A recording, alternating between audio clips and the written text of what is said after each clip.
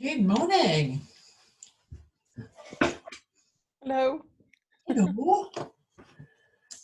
Sharon's going How to join are you? late, and I suspect Leslie. I'm sure. Yeah. I hope she's chosen to take some time out. If I'm honest, but we'll see. Yeah.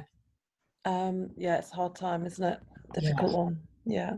Did Sharon say she's coming at 10 past? she did. Yeah. Yeah, Yeah. yeah. Okay. And what about Jackie? Where is she? Well, Jackie looks like she's there, but she's Yeah. probably Yeah. faffing with their technology or something. Yeah. So, poor Leslie. No. Yeah. She might choose to join the group. It might be something she wants to do. Hello, you are there. Yeah, sorry. New work computer, and I'm just setting everything up. So whereas it would have been automatic, it's been a pain in the bum this morning. Sorry. You look nice and clear though. Do I? Oh well. I guess with new computer, new webcam, I've got no Mackie paw prints on it, have I? You haven't. That's very true. Oh, Leslie is here. Oh, that's nice. Jackie, I don't know if you saw Leslie posted. Oh, hello. Oh, hello, morning. I wasn't sure if we'd see you. It's really nice to see you. How are you doing? Yeah, all right, thank you. Yeah. Yeah. Oh. Would you prefer we didn't talk about it? I don't mind actually at the moment. Really? Yeah. I don't think Jackie's seen your post. So, did you want to tell her what's going on, or? Yeah, my mum died on Tuesday evening. Oh, Quite no. unexpectedly. I mean, she was in hospital, but that wasn't what we were expecting at all. And obviously trying to organise everything at a distance between my sisters and brother, because they're all in. Well, everybody lives away. One of my sisters was with her and is staying in her house, but they're in tier 3, top tier anyway. Yeah. Okay. Well, love to you. Thank Yeah. you. But, yeah, we're sort of in the practical at the moment, trying to. We've got a funeral date, and we're just trying to work out how many we can have, and all that kind of stuff at the moment. So yeah.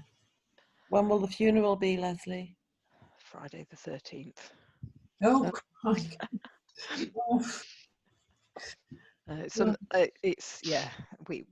It turned out to be the only. We were trying to keep away from that date, but it turned out that was the only slot available. If we have it after the 14th, something changes in the. I don't quite know why, but you can only have a shorter service or something at the crematorium.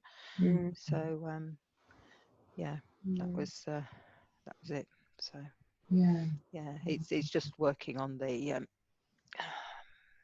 what do you call it, the notices for the newspaper and the everything, and phoning people as well. Yeah. I think maybe when as you say, you're immersed in having to do things. Yeah, and I think when we get to space until it's done. And each of us as family takes things differently. One of my sisters was, when we get together, is certainly much more upset than the rest of us seem to be, but then she'd spent a lot more time with mum recently in any case, so we all take things in a different way. But I thought this, to come this morning would be a beneficial hour away from things. Yeah, well, I'm glad you're here. I wondered, but I am glad. Yeah, I think if I'd not been planning on coming, I would have said in the group. Oh, thank you. Yeah. So Sharon's going to join us any minute soon. Yes, I did see that just before I joined.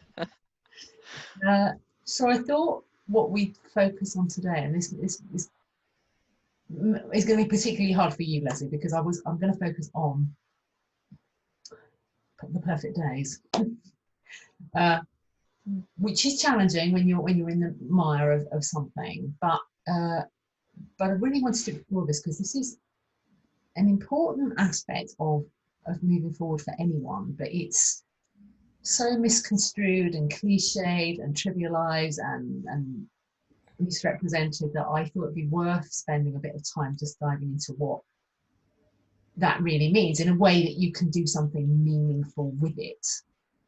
And it's particularly, it's something that I certainly struggle with for decades, really, of, you know, when people say, oh, you know, imagine the perfect day and how would you like life to be? And if you could have anything in the world, you know, what would it be? And I used to think, you know, I don't know how to answer that. And I used to feel inadequate, and people would talk about having big houses and cars and holidays, and I used to think, I'm not sure that's it. I'm not.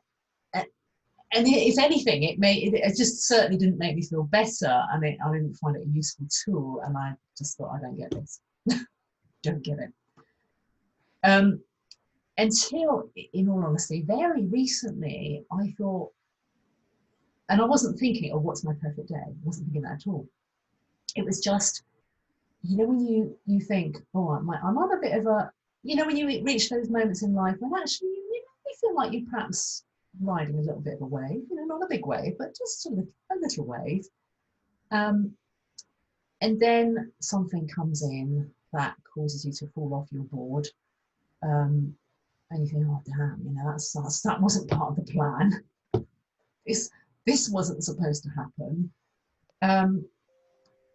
And I just wanted a point of focus, like a locus of focus. Is that? Can we have a locus of focus? You can now. We've got it now, yeah. You know, like something you can hold on to and go, okay, well, where's my center of gravity? Where can I reorientate that this is the place I want to kind of come back to, and knowing that from time to time life's going to take me away from it, but where do I come back to? And so this notion of a perfect day isn't about, oh, you know, I'd go to the nicest restaurant, or I'd hang out with stars, or I'd get myself a speedboat. It's kind of the perfect ordinary day. It's about what would I, you know, when I'm feeling really chilled and relaxed and myself and comfortable in myself, what is the structure of my day that helps me feel that way? And if I give you an example, is this making sense so far? Or are you still thinking, wait for the punchline? Oh, it's making sense. No, Yeah. Yeah. Mhm. So it could be, you know, what happened for me is I knew I wanted to run my business, but then it would all get a bit upended, and I'd be all doing all business, and then oh no, I'm not doing this other stuff. Oh, I want some time off. Oh, I want to go and see my friends. Oh, I want to, oh no. And then I just do all that stuff, you know, in lockdown, and suddenly, oh, okay, so now I'm only seeing family. Now I am only at home. Oh, I'm not sure that's what I wanted either. And in the end, I realised, I thought, no, I do like work. It's about me. I do like work, and I do want to do work, and I do love these aspects of it. But I also really love sometimes just wandering into the garden with a cup of tea, a cup of coffee, and just chilling and just sitting down reading a book, or not doing very much at all, or having a conversation, or doing a crossword. And I thought, why couldn't I just, in my mind, my perfect day is, oh, I do a couple of hours of this, and then a couple of hours of that, and I do my meditation, and I have my coffee is like a real core moment in my day of proper coffee. And I sit down with it. I don't just make it and drink it while I'm wandering. I sit down, and I have my coffee, and at the moment, I don't know if this helps you, Leslie, at the moment, I've moved into that space with my mum where I'm able to kind of have that private grief that I think you need eventually. I mean, I don't know. I think we do. I think we want that personal little bit of a relationship. And what's woven into my day at the moment, which is not my core, but it kind of is, and this sounds barking mad probably, but since we collected Mum's ashes, part of my current coffee ritual is I sit down with my mum, which, you know, okay, it's mad. Why haven't I chat with her? And that won't necessarily be the makeup of my entire future perfect day, but right now, in that little space, I get up early with Jackie. I'm just going to mute Jackie for a minute. She's obviously shuffling papers. Yeah, that perfect day is that time, just time for me. And I could spend that in any way I choose, but it's got to be, here's a pocket of space. And for me, it's morning. Like it's morning. And Sharon.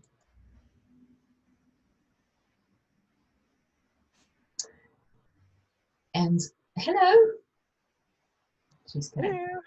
Hi. Hi. Sorry, I'm a bit quieter today. I've got the whole house here.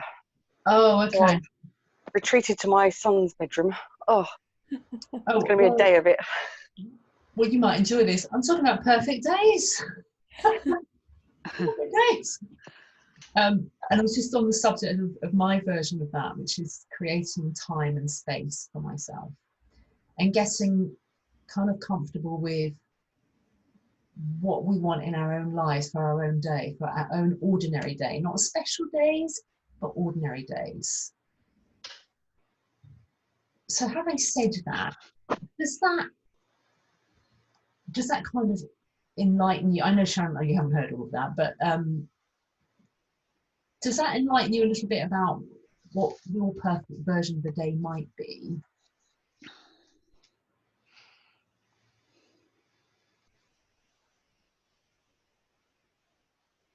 I know what. I mean, And yeah. go on. Go on. No, go on. Yeah, I know what you mean, and I would say that, you know, in the past when people have said things like that to me, I was of the same opinion of you. It's like, you know, they're going about, and I think, what, you know, you want to do a bit of this and a bit of that, and it's not just, you know, walking along a beach on a desert island or whatever it might be. It's and I think, yes, those bits of a day, yeah, I'm understanding what you mean. Cool. If you start with saying things like, "Oh, to have the perfect day, I want to have be on, as Leslie's just said, some tropical beach, or I want to be flying to Paris in a jet, or shopping on the, or whatever it is that, you know, the kind of things that I don't like doing." But you're not going to have many perfect days because that can't happen every day. You've got to, Precisely.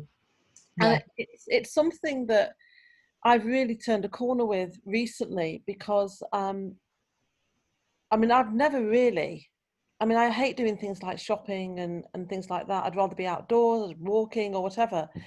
But I always used to, until recently, and it's one of the things that's helped me is just this feeling that, well, actually, the everyday is what makes up your life. It's the everyday things, and you just need to enjoy them. And it's funny, Shirley, you should mention coffee, because my husband and I, in the last few months, because he's here a lot more, he's not going down to London to work, he's been working here because there were no trials on and things like that. Unfortunately, he's had a lot of requests for paperwork, legal advice coming in, so that's great. So we've went into this ritual of sitting down most days and having a pot of coffee as well. And it's funny that you should say that. And we make sure we sit down and just drink coffee, and not do it while we're doing anything else. And it is those sorts of things, and also not living your life by somebody else's expectations. You know, that it should be like this and it should be like that. And a perfect day for me is a day where I don't say should or must. Yeah. Yes. That is when I can just let the day unfold. Obviously, I'll have some things that I want to achieve, and it's different for me at the moment because I'm not in the throes of a career like I used to be, and I'm not. But it's just a shifting. I think it's just a change. It's going to be changing, and I'm going to be changing the way I've been doing things. But it's just this impatience with myself. It's got to be happening, and it had to happen yesterday. And you know, life's passing by, and I've just somehow or other recently been able to just, well, I say recently, it's been a process really of letting that go, that way of thinking.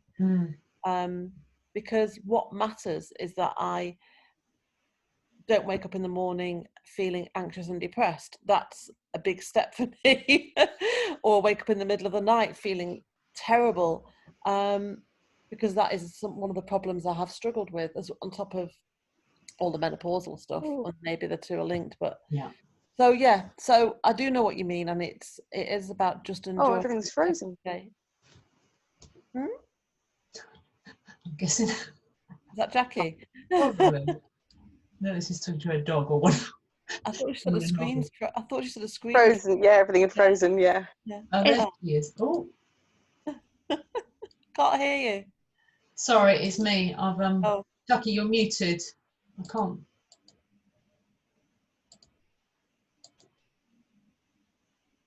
Are you fiddling with it, Shirley? Probably. It wasn't me for a change. Guilty. Guilty. I think probably every time I pressed the button, you pressed it too. So. Yeah, it's just going back and forth. Oh dear. So did you catch any of that, Jackie? Yeah, I did. I turned it off because husband's working in the kitchen and he must have printed some stuff. So it's in here. So it was all going off. So I thought I'd just shut things down so I don't disturb you. But yes, I heard it all. Yeah.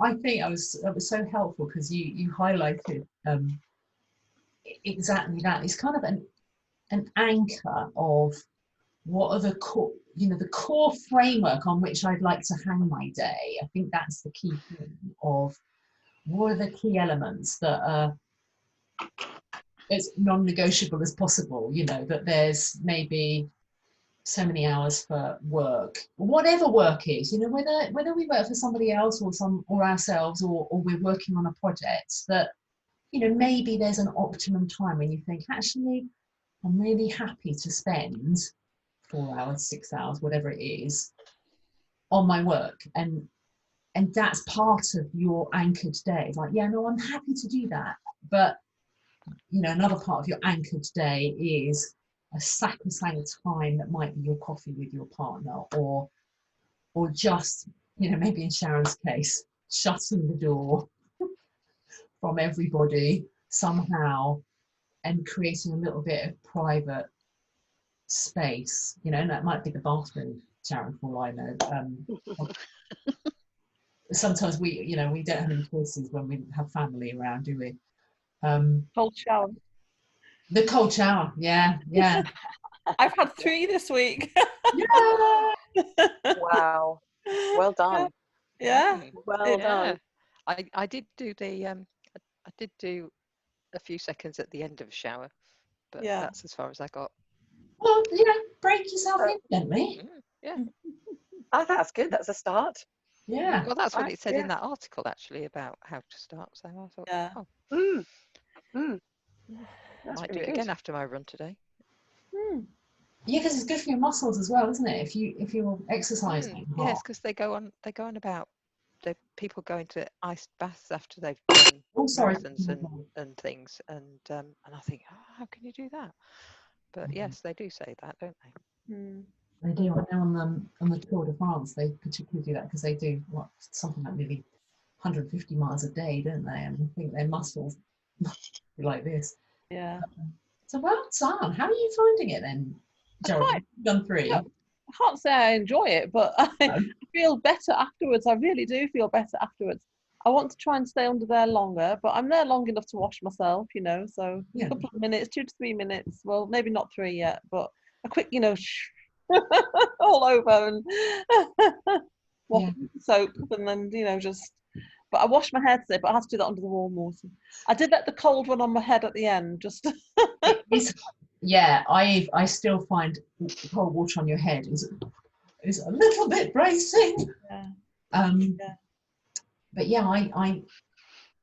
do have to make yourself. So I mean, we're talking about perfect days, and no, there shouldn't be any musts or shoulds, but I think, and again, it's a choice. So I choose that's part of my perfect anchored day is to do that in the morning, and I do have to have that little mental nudge of, okay, Shelley, do the exercise, because you're going to feel great when you've done it. Do the exercise, then get in the cold shower, and then I can meditate, and then I'm feeling nice and fresh and tingly, and then I can chill, and then there's my coffee. So that actually I have a long morning, but I get up early especially to do that, because that's my anchor for the day. And then how that transforms when you create that anchor of realizing what you want in your day. So it's not rigid, it's not inflexible. You don't go, oh, it always has to be like this.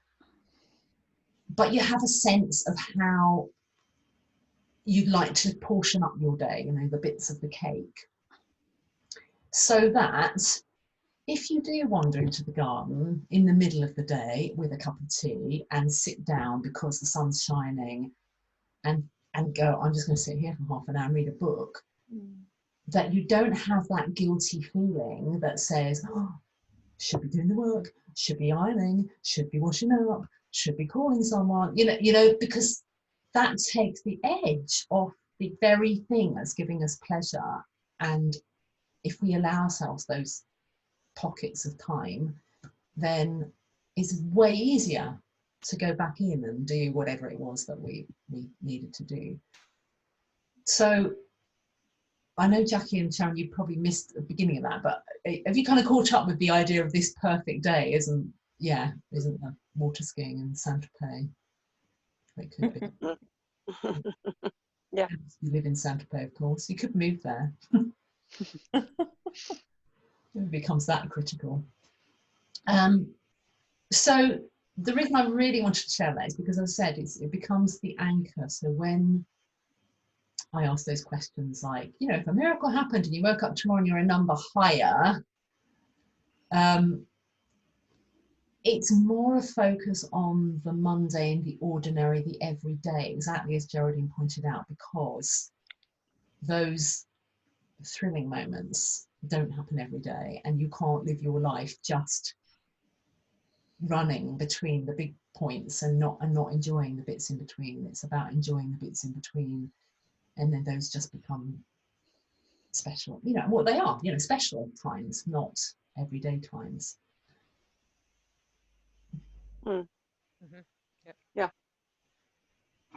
When you think about that in relation to that miracle, then when you wake up in the morning, does that make it seem like an easier thing to think about in terms of how you'd be different?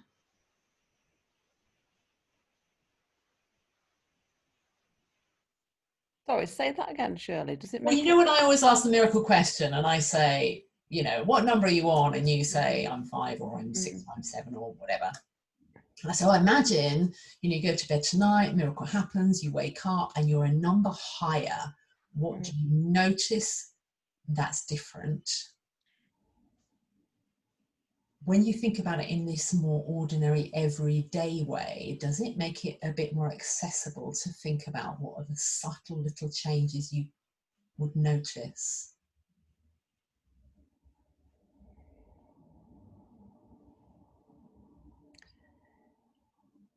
For me, ironically, it's this feeling of feeling more highly motivated to get some things done that I might have been putting off.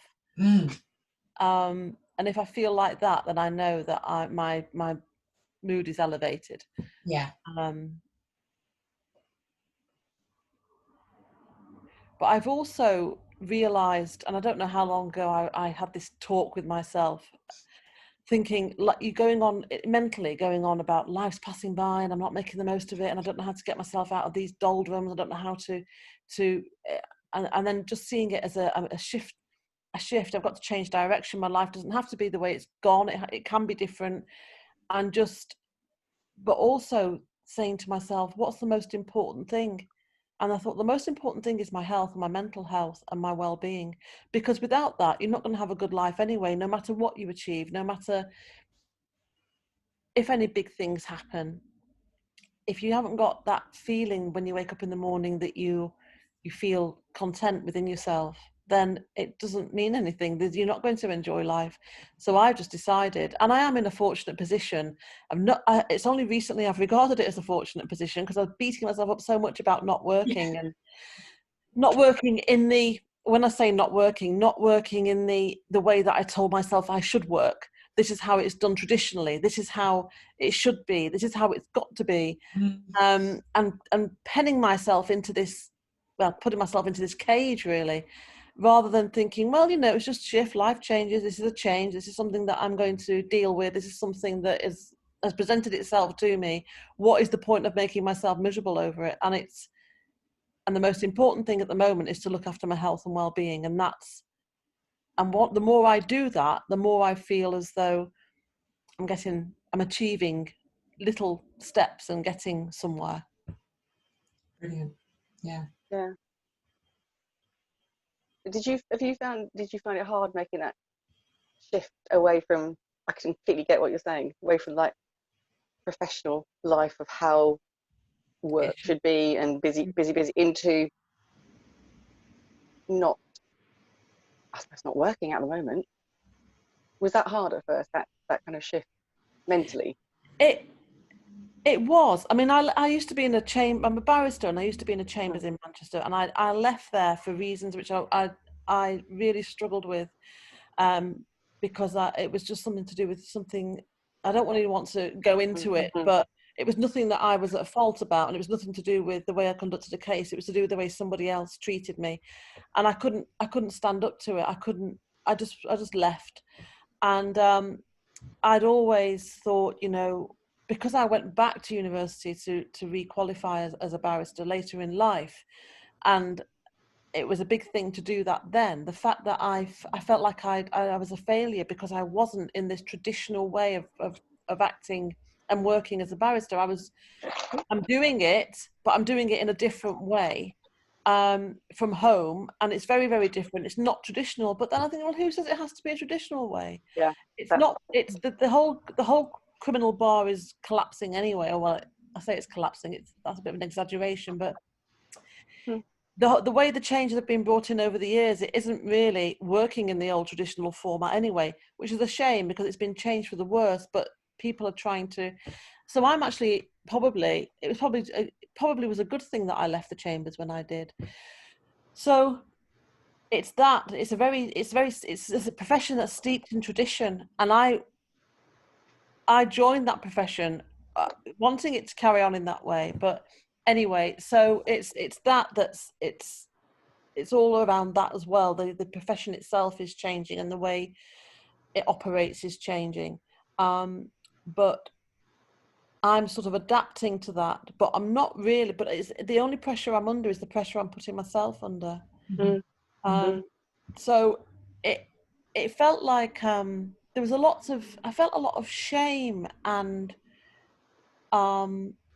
basically I was being led by a senior barrister, and she dumped on me from a great height, and that's in a nutshell. That's basically what happened. But she was obviously more experienced than me. She was a senior barrister. But she really, really did dump on me from a great height, and she bullied me really, and I couldn't cope with that. So that's that's a part of the story. So but you sounded just really positive just now. I mean, I was really impressed in what you were just saying, in that you've gone through all that, and yet you've just said some really, I was really listening thinking, wow, you just made that shift in your head, that your life doesn't have to be as that was. It can go in a different direction and still be really productive. Oh, sorry, Sharon. Yeah. No, I felt it. I was just listening thinking, that sounds so positive. Recognizing that shift that you've had to go through, and realizing that actually your life doesn't have to be in that exact mode or same way as it was, because it was very stressful. It can be still just as satisfying once we make that shift and think, okay, it can be a different way now, but this is still my life. Yeah. And what's important is that I'm just well. That I'm just well.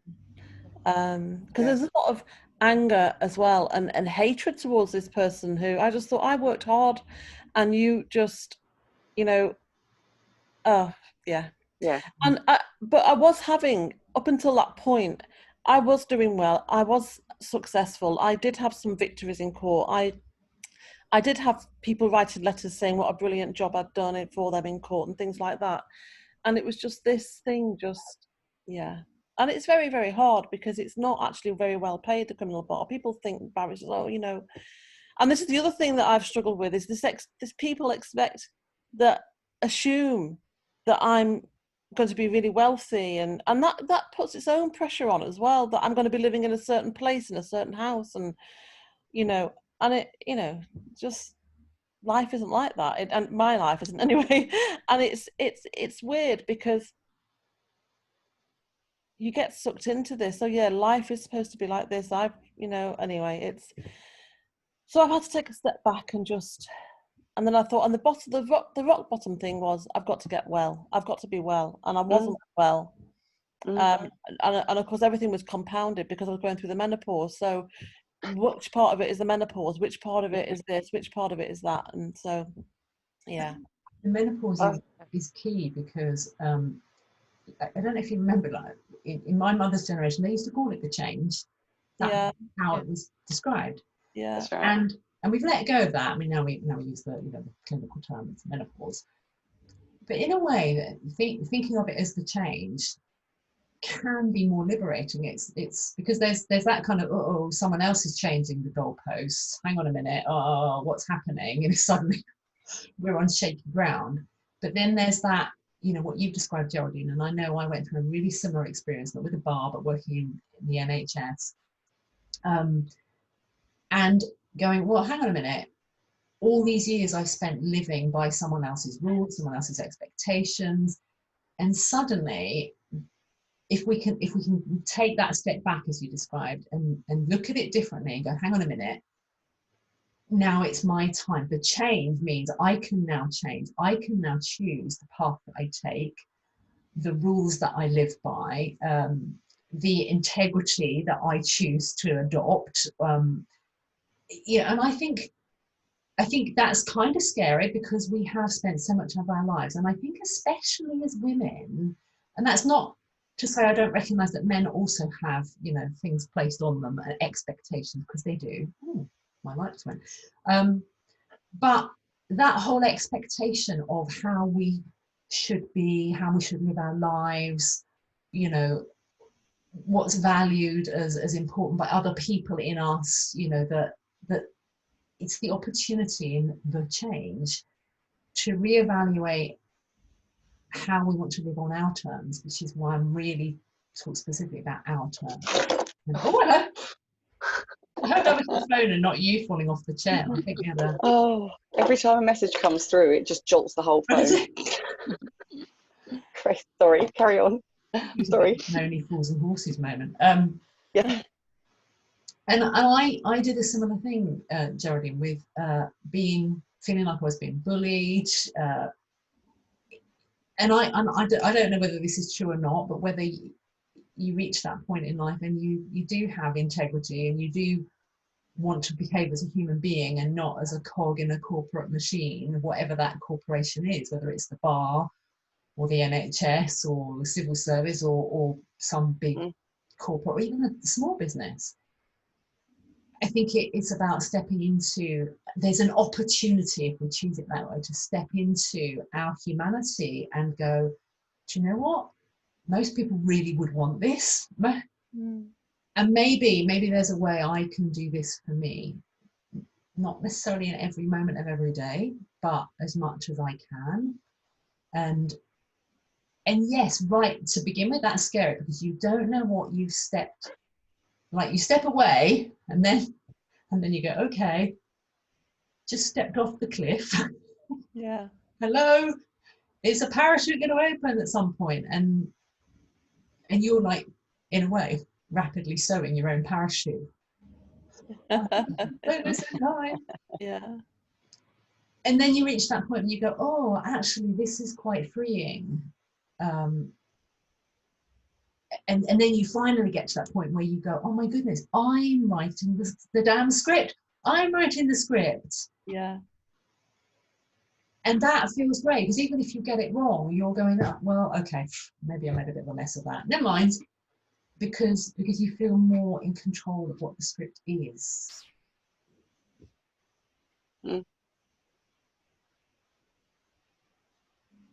Yeah. Be quiet today. Are you being pensive? No, I'm thoughtful today. I'm content listening. I've parked everything else. Oh, nice. No, I'm okay. Yeah. So I'm sorry. no, you go on, Tam. I was thinking about, you know, everything everyone's been saying, and thinking that's really, really true, actually. And maybe there's a function of age where you just think, I've had enough of being a cog in a corporate machine and being told what to do that goes against my integrity. I've actually had enough of it. And every time you try and stand up for integrity, you're squashed down by a number of other people, managers saying, no, that doesn't fit the picture. But if you can't make the choice to leave that, like me, financially at the moment, there's not a hope I could give up my job. Might get sacked, but that's another aspect. And I'm thinking, so I'd have to view it in a different way. I think it's something you were saying, Shirley, and I thought about, if you put other factors in, maybe cold shower, a bit of meditation, and then think, right, I will choose to do this work for X amount of hours, and then I'll have, I don't know, 20-minute break, because there's no breaks at the moment. It's just like plod through. But you could, it's reframing your mind to say, okay, you might not be able to step away completely and make your own choices in your integrity, but you could choose to view the work today differently and put other things in place. You could still do it in a different way. I like that, and that is a major leap forward. Just taking that decision, it's taking a little bit of control back at your life. Go, no, this is my life, and that in itself can be, you know, who knows, because of the way the mind works, but creating that for yourself right now, you're going, okay, but I can't change this, but I can change this, which is brilliant. But what that begins to open up is pathways in your mind, and it might be, who knows, it might be that suddenly you go, what about if I did? And, you know, something comes to you, but it will come to you more easily when you make that first shift of creating space for yourself on your terms. Because when you're kind of what you've been doing and running on this ever increasing speed of a hamster wheel, and never giving yourself an opportunity to get off it, then we really are trapped when that's the case. We don't give ourselves the space to get off it. And also, you talked about your integrity. I'm sure there's small ways, even in that environment, that you can maintain your own integrity. Going, okay, I've said what I want to say. I'm going to do that anyway, but hey ho, at least I've stood by my own beliefs and values, and whatever anyone else does, at least you can feel centered, you know, anchored in yourself of what matters to you. Yeah. And I know Jack's been in a very thoughtful place, but I know from conversations she and I have had that, you know, that's happened more frequently, about just questioning whether I'm not sure the way you're going is the way I want to be going. Oh, definitely. It's something I've been doing an awful lot of over probably the last year, if not before. I was trying to do it when we did some work some time ago. But actually now clients have got to align with my values and integrity, and if they don't, then they're not a client. And yeah, there's been some interesting discussions where I've let clients go, but it's just not worth the hassle. It really isn't. It's not worth the stress that comes with them. I'm paid for my view on certain subjects, and if they don't want to follow the guidance that I give and fight it, then they're not for me. And it's taken me a long time to get to that point of feeling comfortable of actually we're not a good match. And I actually really vet clients really well now. So I ask all the questions up front. And actually there was one very recently that had an emergency, had been recommended. So because it came via a recommendation, I decided, okay, I'd do the best I could delivered the work, didn't hear diddly, didn't have a thank you and nothing. So I left it a month, and then I rang and I just said, just checking that you got it. Was it in line with what you wanted? And they were raving about it. And it was, I just said, didn't hear from you, just wondered what was what. And of course, in the back of my mind, I was thinking, was it right? Was it, you know, and all the things we put ourselves through, knowing damn well it was absolutely spot on. And they came back and said, so sorry, CEO was on holiday, then Sohan was on holiday, now I'm on holiday. She said, I'm so sorry, one of us should have got back to you. Absolutely, we'll be recommending you. It was exactly what we needed. But actually, I thought the total opposite. Silence being, you and I have had that conversation, Shirley, haven't we? We have. I was just going to say that. Yeah. Mm-hmm. Yeah, meant the total opposite of actually what it was.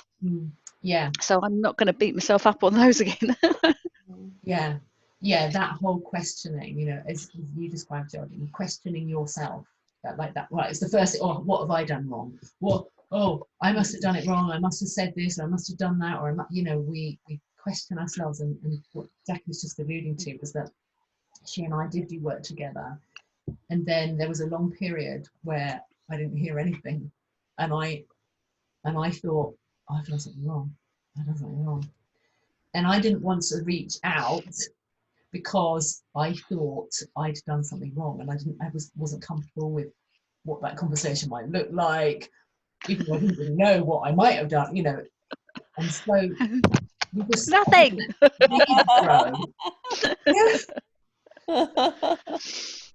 And it wasn't until this program and Jackie popped up, and I went, oh, I know that person. And she just said, oh, my life just got mad, and I changed phones, so I didn't have her contact details. So yes, the stories we tell ourselves. I think it was it was a huge long period where my father wasn't particularly well, went into care, and it went on for years, but actually towards the end it just sort of took over everything, and I couldn't function. My brain was just absolute fog. And it was actually at that time I started working with Shirley, but I just couldn't even think straight. There was just no point. But Shirley thought it was one thing, and actually it was totally opposite. I'm here and, you know, value her hugely, as you know. Yeah.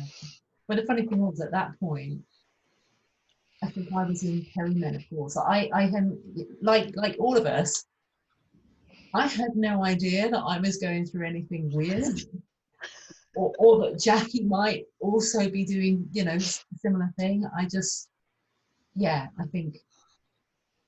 if this does anything, you know, one of the things I want to do is just raise the profile, that people realise that it's not us going insane.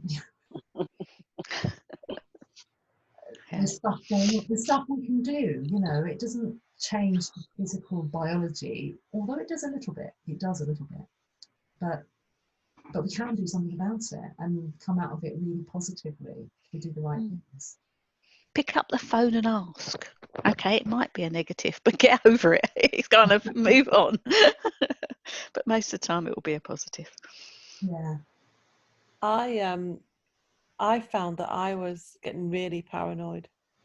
I just thought, oh, you know, what are they thinking? And did they say this because of that? And oh my God, I had that conversation, I said this, and now I feel terrible. And in fact, there's something I feel terrible for saying the other day to Leslie, which I'll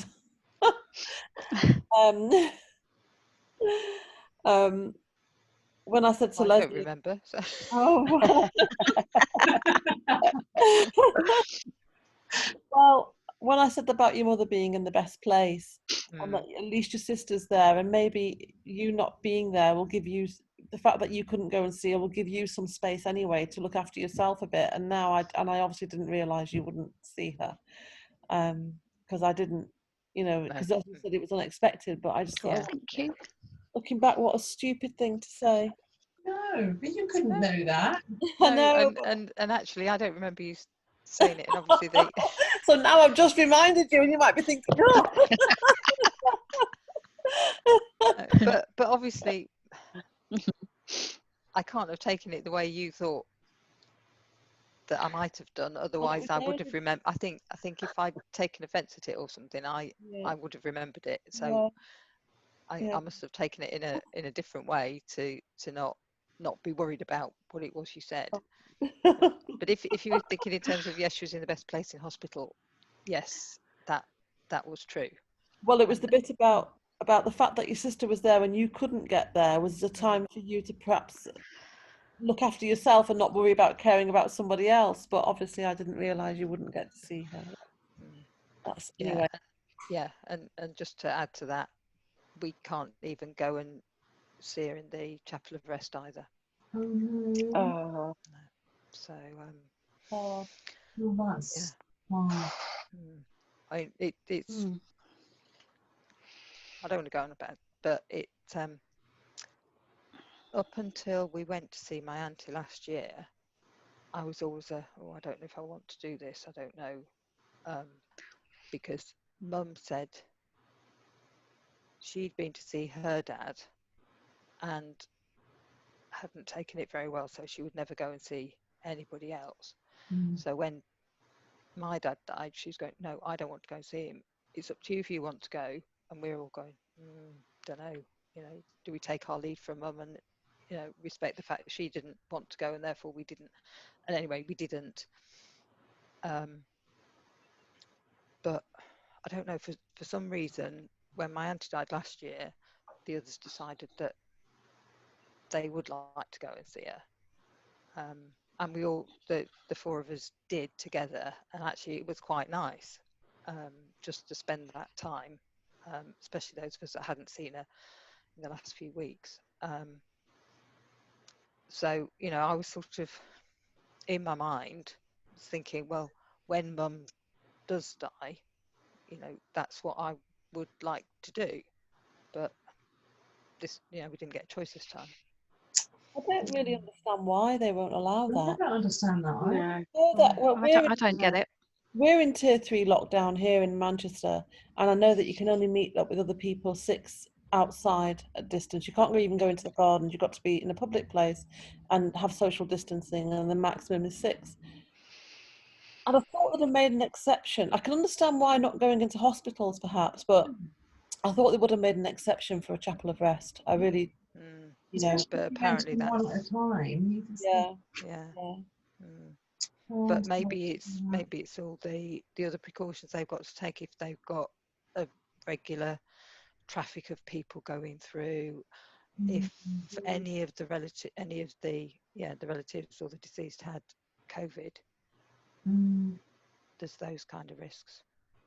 I'm sorry. So unfortunately, we've just got to abide by those rules, and that's really hard. It's the worst of it is it's the logistics of how we can do the funeral with fewer people than we might have expected. I must admit we're probably going to break some of the rules on part of the day, but because we're all going to be we're not all going to go and meet up in the park, I'll tell you that now. No. And that is your it's your day, it's your time to remember and to come together, and when that's gone, that's gone. So I think there are rules, isn't there? But I know that in the strict lockdown, people, they're only allowed in some places only one at a funeral and things, and lots of people didn't get to say goodbye at all. I know. So we have to count ourselves terrible, isn't it? Lucky that some of us can do this. If you can call it lucky, but under the circumstances. No, anyway, I know. Moving on. No. Well, ladies, I hope you found today valuable, and I'm so glad that we've all been here. And I hope you found it, in particular, Leslie. Yeah, thank you. I hope you found it helpful. And next week, I think, is our last week, unless I've miscalculated. Have I miscalculated? I think it is. Yeah. It is. Oh gosh, I must admit I was wondering how much longer we'd got. I hadn't twigged. Yeah. So we will review and how far we come and look at, you know, what's ahead. And I'm sure there'll be other stuff that we can, well, I know, I'm not sure, there won't be any like, well, what should we talk about? There will be stuff that we'll be able to do. There's always something. So I'm really delighted that, you know, each of you are finding your own, you know, because this was always about a unique journey. It's not about my journey. It's about your journey and whether something has allowed you to be able to move forwards, even if it's just a little way. If it's a step forwards, then there's another one you can take after that, and it's just being able to take that first step or two. And I've probably shared this before, but you know, the little hinges swing big doors. Have I shared that with all of you before? The what, sorry? Little hinges swing big doors. Yeah. Oh. I've not heard that before. No, I haven't heard that.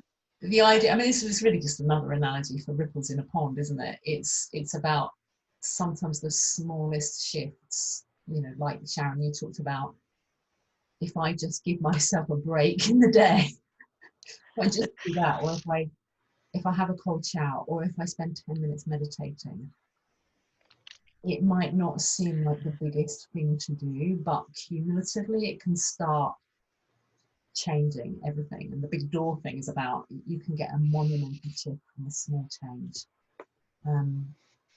So all I would say is given it is our last week, what the group is there. So I said last week, out of a sense of privacy, like this group is just for this group. So I can leave that Facebook group there. I know you can obviously get together anytime you like, but it's there, it's created. I don't need to shut it down or anything. I can just leave it there for you to use should you want to. You know, and even though we're at the end of the program next week, it doesn't mean that if you put a little post in there or asked a question or made a comment that I wouldn't go, oh, sorry, that's it, that's the end of the program. I won't just write you off and ignore you all. So have as good a weekend as you can in varying states of lockdown or not lockdown, and you know, we're finding our way, I think. It doesn't mean we don't have days where you think, oh crikey, it's unraveling here. I still have those.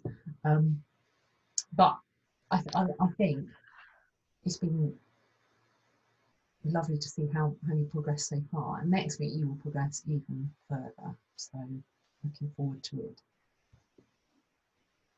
Thank you. Thank You're you. welcome. Anyone else just wants to pitch in before we close out this morning? Just to say, Sharon's looking so much better. Yes. You're looking so much better. You're looking happier, and yeah. Yeah. There is a, yeah.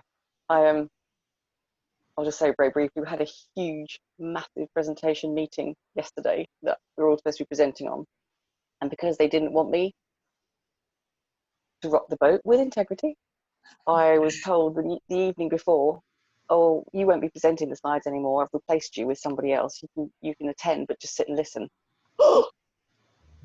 So I mulled over it, and then I just sent an email that night. Said, no, I'm sorry. I'd like to stick to the agreement. If it's okay with you, I'd like to present these slides and continue as planned. If you don't want to, I'd like you to provide me with the reasons why, and then we can discuss. So she just wrote back, fine, present them, but I want you to present the organisational viewpoint and don't input your viewpoint. So a few people had written in and said, because she said in publicly, don't want you presenting them. And a few people said that was so out of order. They're trying to shut you up. So in the end, I did present, and I thought I've got to play it careful here. I'll go with the party line for a bit, but I will slip a few comments in. Yeah. To leave people thinking about what they really are trying to do here. Yeah. And felt so much better for it. And I thought I've actually stood up to probably someone who's fairly hefty bully at work. And I thought, oh, done it. That's and I just think, yeah, I feel like a real weight off my shoulder. It hasn't gone down well with her. It'll come back to bite me. But I did it. It's just really interesting that Geraldine actually just, I thought, do I look different? Oh, because I do feel like, I've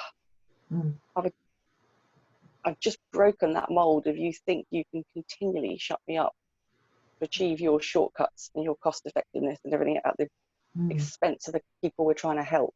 And I thought, actually, no, I'm not going to put, no, I'm not going to agree with that.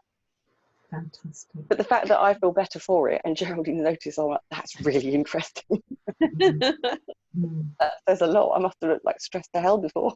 You did. You did. But, You're I think I'll put more makeup on next time.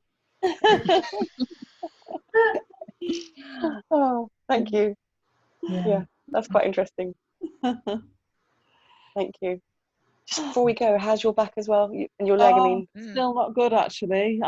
That's why I'm on the sofa rather than in the kitchen on the kitchen chair. I'm lying on the sofa and I'm still on anti-inflammatories and painkillers and my leg's still numb. So I'm a little bit cheesed off about it, but it'll get better one day. I don't know if it helps. There's an app called Curable, which sounds very, like really, but it's quite legit. And it actually dovetails with the kind of, they use a lot of CBT in it. There's a lot of neuroscience around it, and it's a very inexpensive app and I'm just thinking, because it doesn't really cost very much anyway, you might want to look at it. It's very focused on chronic pain. Oh, okay. And it sounds like, I've only just looked at the surface of it because it interested me. I thought, oh, this looks interesting. What's this about? And it sounds like they're using very similar techniques to the kind of techniques I would use, or that you would use in your work, Sharon, but focus specifically on chronic pain. And it's got some good feedback, so it might be worth a look. What's it called again? Curable. Do you want me to post it in the group? Yeah, please. Yeah. I actually would normally go and see a Bowen therapist. I don't know if you've heard of Bowen. Yeah. Do you know, I was going to suggest that because I've used a Bowen therapist, but I suspect in your lockdown at the moment you can't, can you? That's it. That's why I can't go and see him. Me and my husband, if we have any problem, we go and see Duncan. He's fantastic. Yeah. What do they do? What's a Bowen therapy? Oh, that's a tough one. Good luck with that one, Geraldine. It's BOWEN, and it's look it up. Yeah. And it's they realign your body by it's really you're lying there and you just think, well, this isn't going to be doing me any good, and it's unbelievable. They realign your body just by small touches, and you might feel tired afterwards. It's about 45 minutes to an hour, and you think, well, I can't see how that will have done any good. And then the next day it's unbelievable. It's just like you actually sometimes feel as though you can feel your body clicking back into place. If you're anything can trigger off and all sorts of little aches and pains, like sitting at a computer for too long, or if you've got an injury and you're compensating on one part of your body for this injury or whatever. Anyway, it's a very mild. It's a very. It's not like one of these. It's not like an osteopath or a chiropractor. But it puts thanks. It puts all your body in realignment. That's something. It's about educating your body back to realign itself, I think is what they say, isn't it? Yeah. But the weird thing is, they do these little things and then they go out of the room for a bit. Yeah. Well, leave you lying there for 5 minutes, and then they come back and do a bit more, and then they go out again. Yeah. But honestly, it is absolutely fantastic. It is brilliant. Yeah, I mean, it's the only thing I would use now. Yeah. That's interesting. Yeah.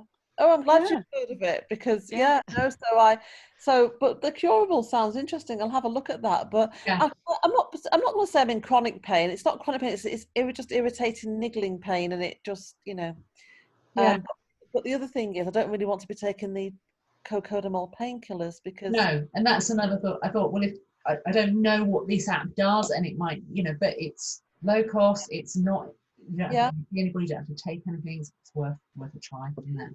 Yeah, I'll have a look. Yeah. Right, ladies. Well, lovely to see you all. Have a brilliant weekend. You know, whatever is going on in your life, and I'll catch up with you all on Tuesday. Have a lovely weekend, everybody. Yep. Yeah. Have a lovely weekend. Leslie, I hope you're all yeah, right. I know it's going to be hard, but I hope Yeah. you're Yeah. Thank you. Yeah. Oh, yeah. Thinking of you, Thoughts are Leslie. with you. Thank you. Yeah, thoughts are with you, Leslie. take care. Yes. Thank you. Bye. See you. Bye. right.